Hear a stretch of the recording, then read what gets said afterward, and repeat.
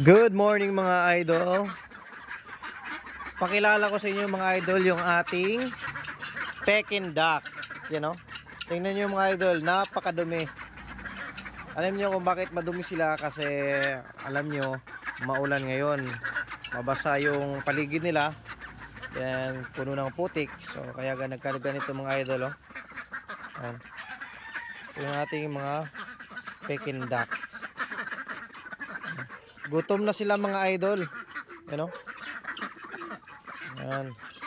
So ito yung area nila.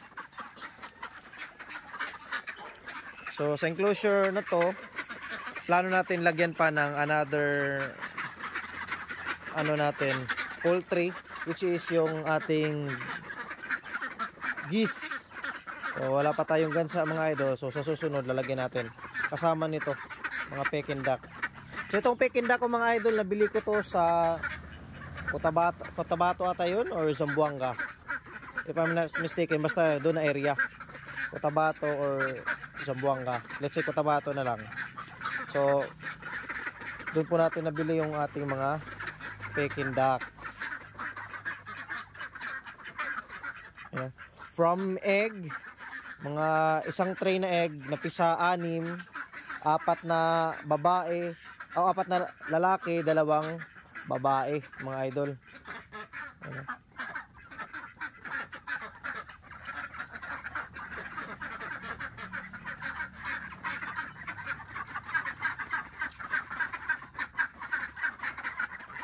Mga Peking duck.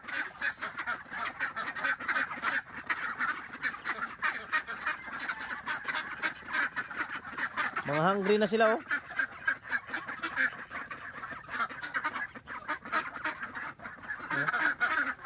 Oh. So pakita ko sa inyo yung pugad nila. Ito nga pala yung pugad nila mga idol. So wala pang mga itlog masyado. So ito yung isa pang itlog. Ayan. Ito yung pugad mga idol. So ngayon dito may 16 heads tayo na Peking duck.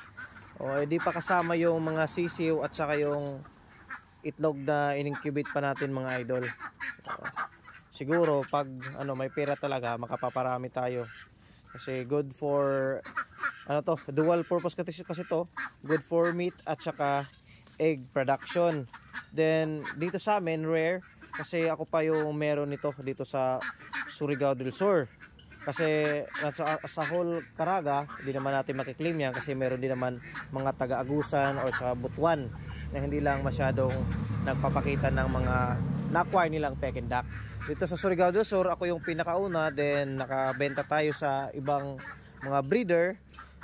Di ko lang maalala mga idol kung sino-sino yung iba. Pero nakabenta tayo, nakapagparami din sila. So instead na mallard duck at saka Muscovy yung inilagaan natin ngayon, Peking duck na lang kasi medyo rare. At saka kung good for meat naman kung may mga okasyon mga idol. So yung mga lalaki, mas mabilis lumaki. Example ganito, lalaki yan. Lalaki yan mga idol. Then marami naman pamamaraan tayo na malaman natin ang lalaki at saka babae. Through vent sexing, yung noise nila or sounds, at saka yung sex feather nila mga idol. Sa mga previous vlog ko na i-feature ko na yan, yun example ka doon. Lalaki yan mga idol. Maybe sa susunod maggawa tayo ng video na pag-determine ng sex ulit, no? So again, ito yung ating mga Peking duck update. Kasi nung previous years mayroon naman already Peking duck, no? So ito lang yung update mga idol, medyo dumami sila. Pero di talaga tayo nakapagparami kasi medyo limited yung budget natin. Baka sa susunod kapag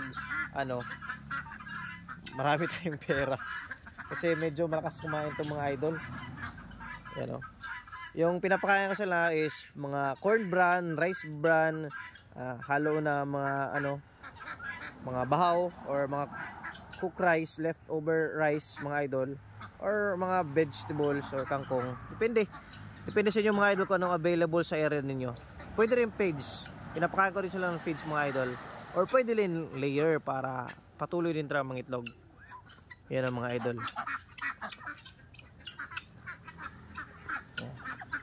Yan o. Babae yan mga idol. Yan yung lalaki. Yan o. Pagpasensya nyo na ha. Medyo madumi kasi kung napapansin nyo dyan sa gilid, dyan sila nagsisido-sido. Kung sa amin pa dito sa Bisaya, magsido-sido. Hilig sa mga watery or mga pond na area.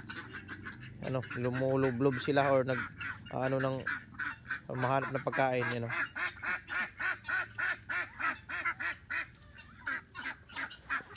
Peking duck mga idol. Yan. Lalaki, do kita 6 feather niya doon sa buntot.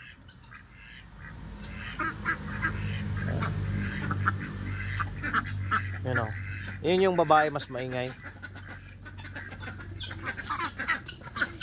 Ito yung mga bata pa. Yan yung babae yung isa. Yan, lalaki yan. 3 lalaki, 2 babae. Mga idol.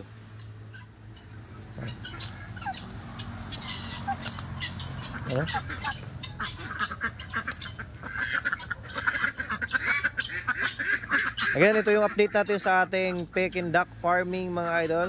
See you sa susunod na video. At saka sa mga bago pa lang dito sa aking channel, sa Facebook at saka YouTube, huwag kalimutan mag-like and subscribe at saka pakishare na rin yung video. At saka kung mayroon kayong gustong sabihin, pwede kayong mag-comment at saka sa mga gusto magpa-shoutout, comment dyan sa baba. See you sa susunod. Salamat.